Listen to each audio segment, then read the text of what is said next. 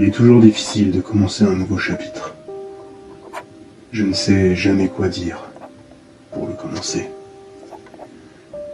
Mais pour ce chapitre, je pense que commencer de cette manière est acceptable.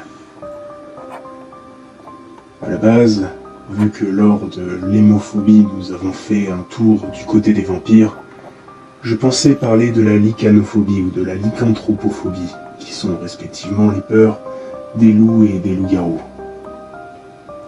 Mais en réfléchissant à comment commencer ce nouveau chapitre, je me suis rappelé d'un cauchemar qui peut être tout aussi intéressant à raconter. De fait, le sujet du jour sera celui que j'ai choisi comme titre de ce chapitre. La leucocélophobie, qu'on peut aussi appeler syndrome de la page blanche.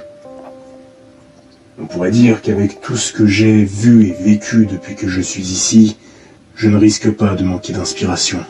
Mais vu que c'est la première fois que je rédige un journal de la sorte, des fois je peux moi aussi me retrouver perdu dans tout ce que j'ai à raconter. Mais il ne sera pas question de moi dans ce chapitre, mais de Loïc, qui a été la pauvre âme qui a vécu le dit cauchemar. De fait, ne perdons pas plus de temps et commençons donc son histoire. Comme vous le savez, à leur réveil, dans leur cauchemar, la plupart des âmes n'ont plus aucun souvenir. Mais nous avons aussi déjà parlé par le passé de cas où le village implantait, petit à petit, de nouveaux souvenirs, par le biais d'éléments du décor ou d'événements, comme avec Chloé, pour ceux qui s'en rappellent. Eh bien, c'est exactement ce qui s'est passé pour Loïc, dès lors qu'il a ouvert les yeux dans ce qui semblait être un appartement. Le village avait sûrement dû reproduire son appartement du monde réel, car, quand bien même à son réveil il avait les mêmes questions habituelles en tête, il ne fallut que quelques secondes pour qu'il reprenne ses esprits et ne commence à entamer ce qui semblait être la routine pour lui. Il agissait machinalement. Réveil, toilette, douche, petit déjeuner, et enfin il s'asseyait devant son bureau, une page blanche face à lui, un stylo posé dessus. Et c'est là que le cauchemar commença. Il passa un long moment à observer cette page et à réfléchir. Et plus le temps passait, plus il avait mal au crâne, plus il était pris de tremblements. Plus il se sentait étouffé, comme si la page était en train de l'aspirer et qu'il disparaissait dans le néant. Et d'un coup, il se leva et se jeta sur son lit, la rage au ventre. Il passa la journée dans son lit à continuer à réfléchir à son histoire. Et quand il eut une idée, il allait l'écrire. Mais à chaque fois qu'il commençait à écrire quelque chose, il déchirait la page et la jetait à la poubelle, se répétant que c'était nul.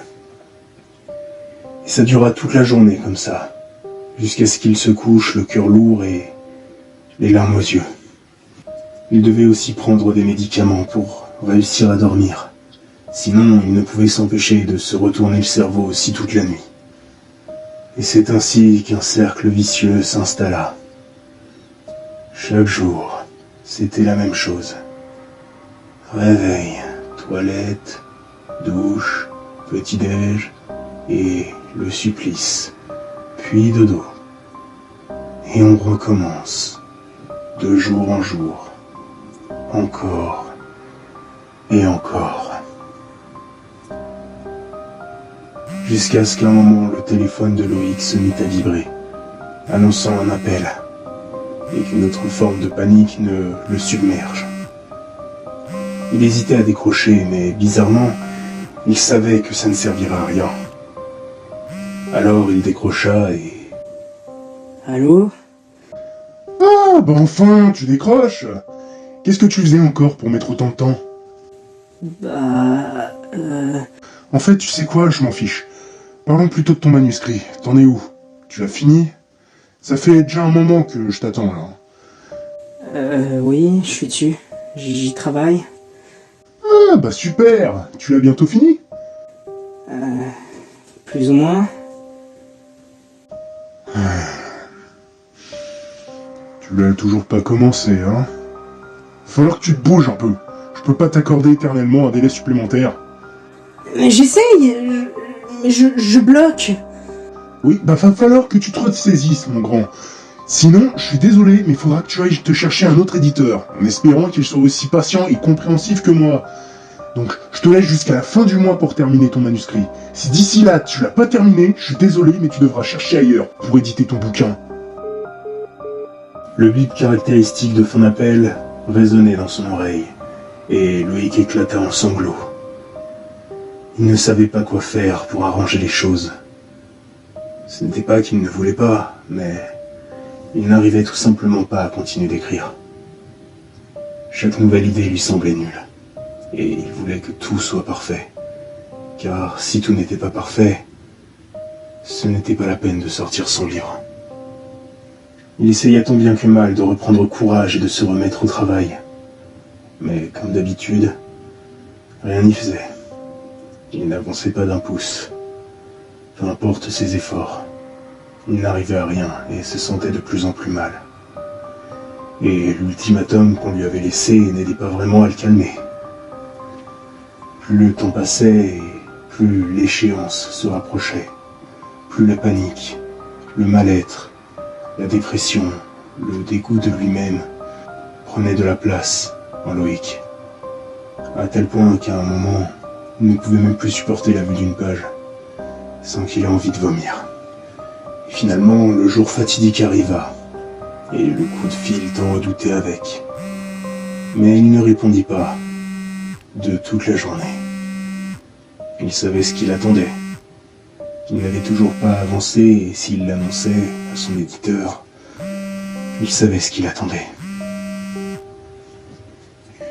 Après quelques heures, une fois que son téléphone eut fini totalement de vibrer, il le consulta et vit qu'une vingtaine d'appels avaient été faits, avec un peu moins d'une dizaine de messages vocaux laissés. Mais il ne voulait pas les écouter. Et puis il se rendit compte qu'un message écrit lui avait été aussi laissé. Il avait une idée de ce que le message contenait, mais il ne voulait pas le lire non plus. Néanmoins, la curiosité l'emporta et il l'ouvrit. Vu le nombre d'appels et de messages que je t'ai laissés sans réponse, je pars du principe que tu n'as toujours pas terminé ton manuscrit. Aussi, je suis désolé, je ne peux plus me permettre de travailler avec quelqu'un qui ne tient pas ses engagements, et ce, même avec du délai supplémentaire, et qui en plus se permet d'ignorer mes appels et mes messages. De fait, je te souhaite bonne chance pour une nouvelle boîte. Au revoir.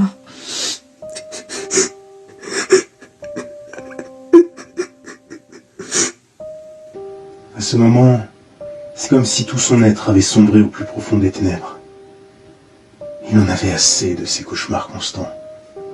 Son propre livre, cet appartement et ses tourments étaient devenus comme une prison, une torture qui ne cessait de se répéter en boucle. Si bien qu'il fut pris d'un accès de rage. Tous les sentiments négatifs qu'il avait ressentis jusqu'alors s'étaient mutés en une colère et en un désespoir intense. Il se mit à déchirer et à jeter ce qui restait de son manuscrit et saccagea tout son appartement. Et finalement, quand la rage fut passée, il ne restait alors plus que son désespoir. Et alors, il mit fin à ses jours. Au moins, le ménage ne fut pas très difficile à faire. Mais cette histoire m'a fait réaliser que des fois, la peur peut trouver son origine dans bien des endroits. Dans nos doutes, notre ignorance, nos ressentiments, nos appréhensions, ou même dans nos besoins. Le besoin de perfection de Loïc, associé à ses appréhensions par rapport au succès de son livre, ont fini par lui faire ressentir un profond dégoût de lui-même, et l'ont fait douter de tout, ce qui a fini par causer sa perte.